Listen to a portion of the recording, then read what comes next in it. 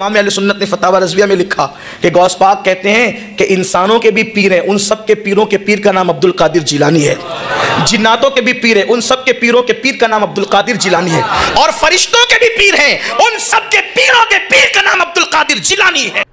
آخر کیا وجہ ہے کہ صحابہ کرام رضی اللہ تعالیٰ عنہ سے متعلق ایسی کرامات کا کوئی ذکر احادیث کی بکس میں نہیں ملتا ہے؟ یہ تو آپ ان سے پوچھیں نا، دیکھیں نا یہ آخری حصہ جو ہے کتنا پیارا ہے کہ صحابہ کرام نے تو نگاہ مار کے جناب وہ ڈوبیا بیڑا نہیں تاریا۔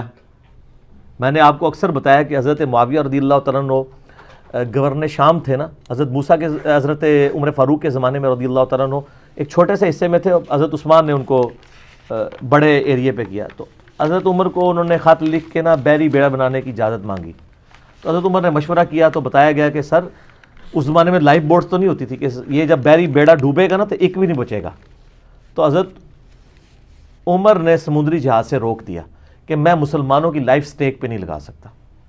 ان کو چاہیے تھا ایک بزرگ بھرتی کر لیتے جو مسلح ڈال ڈال کے سمندروں پہ نمازیں پڑھتے ہیں، ٹھیک ہے، بسم اللہ پڑھ کے دریا کراس کر جاتے ہیں۔ حضرت عمر کو پتہ نہیں تھا کہ ایسا بھی ہوتا ہے۔ آپ نے اکثر سنا نا جی وہ فجر پڑھتے سن جی مکہ شریف، زور پڑھتے سن مدینہ شریف، تے مغرب عشاء جا کے نا پتہ نہیں جمع تو نہیں کرتے ہونے، جا کے پڑھتے سن بیت المقدس، پھر فجر اتھے پڑھتے سن۔ ہم یہ پوچھتے ہیں صحابہ کو تو یہ بات پتہ نہیں تھی۔ صحیح مسلم میں حدیث ہے، ایک صحابی نے مسجد نبی کے قریب گھر لیا تو نبی علیہ السلام وہاں سے گزرے تھے، آپ نے فرمایا یہ تو نے گھر لیا یا رسول اللہ؟ تو فرمایا ادھر کیوں قریب گھر لیا؟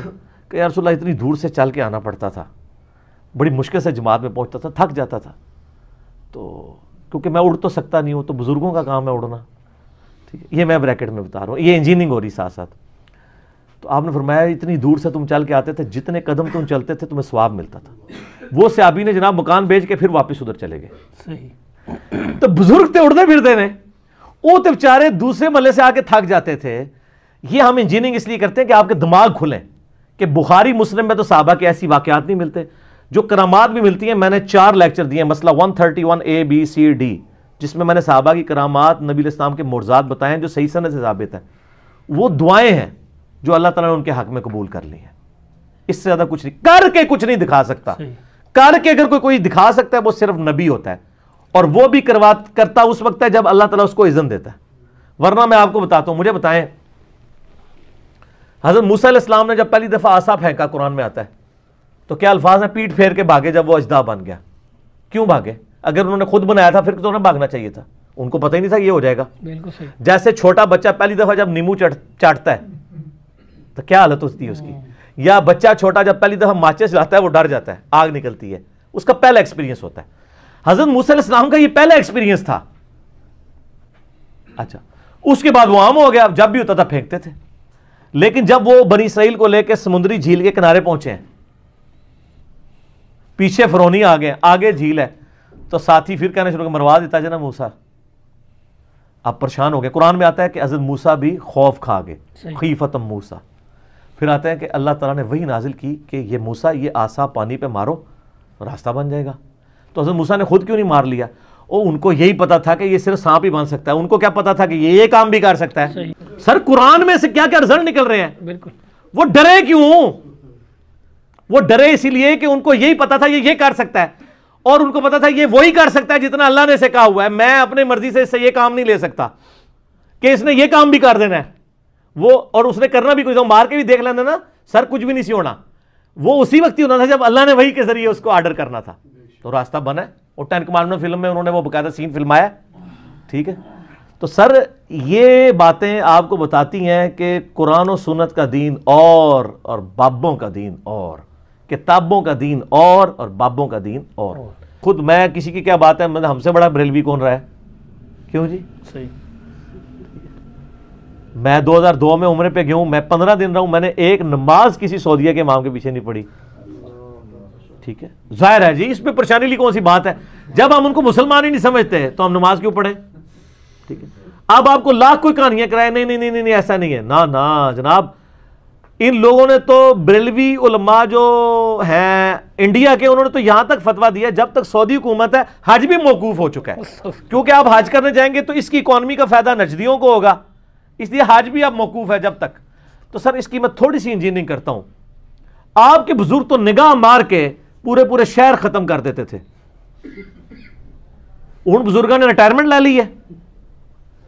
میں کسی بزرگ کو نہیں کہتا, میں اپنے آپ کو کہتا ہوں کہ میں اگر بزرگ ہوں اور میں کسی ایسے قبلے کی طرف منہ کر کے نماز پڑھ رہا ہوں جس کا امام نجدی, گستاخ رسول اور واجب القتل اور جو کچھ یہ وہ کہتے ہیں, تو میری بزرگی پہ لعنت ہے کہ میں ایک نگاہ مار کے انہوں کی حکومت نہیں ختم کر رہا. صحیح. میری بزرگی پر لعنت ہے کہ میری بزرگی ہے اور یوٹیوب پہ نبی علیہ السلام کے بارے میں گستاخانہ فلمیں اپلوڈ ہے, میں ایک نگاہ مار کے وہ ڈیلیٹ نہیں کر رہا. صحیح بات.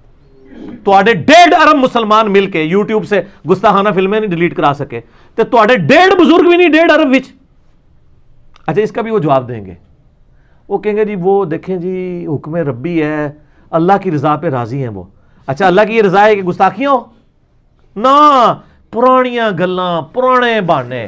ہن پائی انجینئرنگ دا دور ہے, ادی انجینئرنگ میں کراں گا.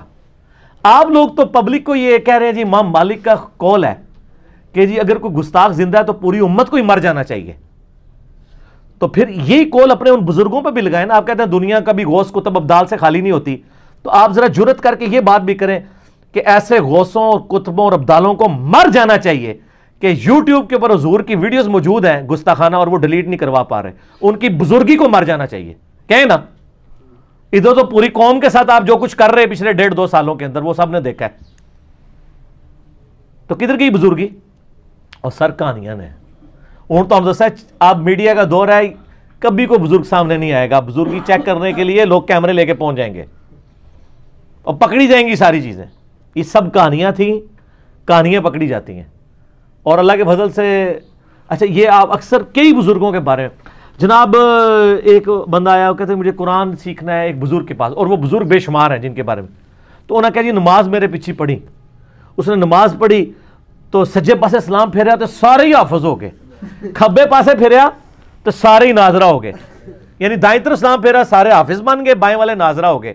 اچھا جی, ان سے صرف یہ پوچھیں کہ یہ جو کرتے تھے ان سے خود کہیں یہ تجوید کے ساتھ ذرا نماز سنا دیں.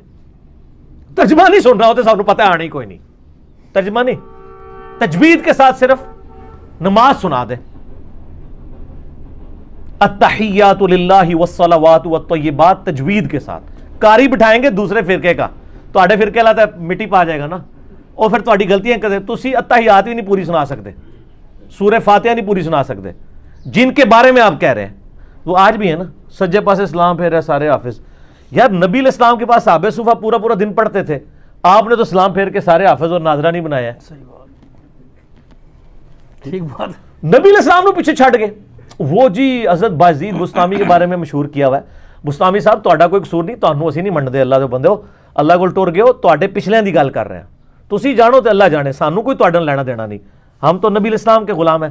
کہتے ہیں بازید بستامی جو ہے نا جب کبھی گلی سے گزرتے تھے نقاب رکھتے تھے چہرے کا. اچھا, کیونکہ جو بندہ دیکھتا سی کلمہ پڑھ لینا سی.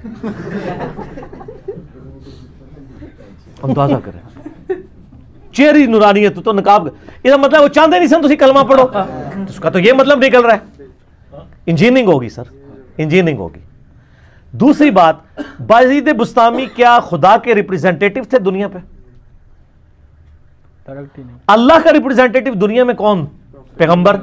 نبی علیہ السلام کو تو یہ کہا جا رہا ہے اپنے آپ کو آپ ہلاک کر لو گے اس غم سے کہ لوگ ایمان نہیں لا رہے. ٹھیک ہے, آپ کا تو کام صرف دعوت دینا ہے, جس کی مرضی قبول کرے نہ کرے. جو نبی غم سے ہلاک ہو رہا ہے اپنے آپ کو, فَلَعَلَّكَ بَاخِعٌ نَفْسَكَ عَلَىٰ آثَارِهِمْ إِن لَّمْ يُؤْمِنُوا بِهَٰذَا الْحَدِيثِ أَسَفًا, سورۃ الکہف کے شروع میں آتا ہے. وہ نبی علیہ السلام, ان کا کوئی ایک صحابی بھی بازید نہیں بن سکا, وہ خود بھی نہیں بن سکے, وہ ہے ہی تھے, کہانیاں ہیں سر. صحیح بات. دنیا بقدر ایفرٹ اللہ نے رکھی ہے, نگاہ مار کے کچھ بھی نہیں ہونا. نگاہ مار کے ہوتا تو سب سے پہلے ابو لہب کو حضور کلمہ پڑھاتے, حضور کا چچا تھا, سب سے بڑی ہرڈل بنا ہوا تھا. نگاہ کیا مانی, تبت یدا ابی لہب وہ تب نازل ہو گئی ہے, بالکل صحیح, قیامت تک پڑھی جا رہی ہے, ٹوٹ جان تیرے ہاتھ, بالکل. بدوائیں. اس طرح نہیں ہونا میرے بھائی, دنیا بقدر ایفرٹ ہے. تو اس طریقے سے یعنی یہ لوگوں کی نا ایک مینٹالٹی چل رہی ہوتی ہے. یہ سارے بزرگ کیا آج ناپید ہو گئے؟ ہم صرف یہ پوچھتے ہیں کہ ان بزرگوں کے بارے میں آپ نے جھوٹ بول, بزرگوں کا سر ہم کرٹیسائز نہیں کر رہے, ٹھیک ہے, ہمارا کوئی لینا دینا نہیں, ان کے نام پہ جو آپ کر رہے ہیں ہم اس کو کرٹیسائز کر رہے ہیں.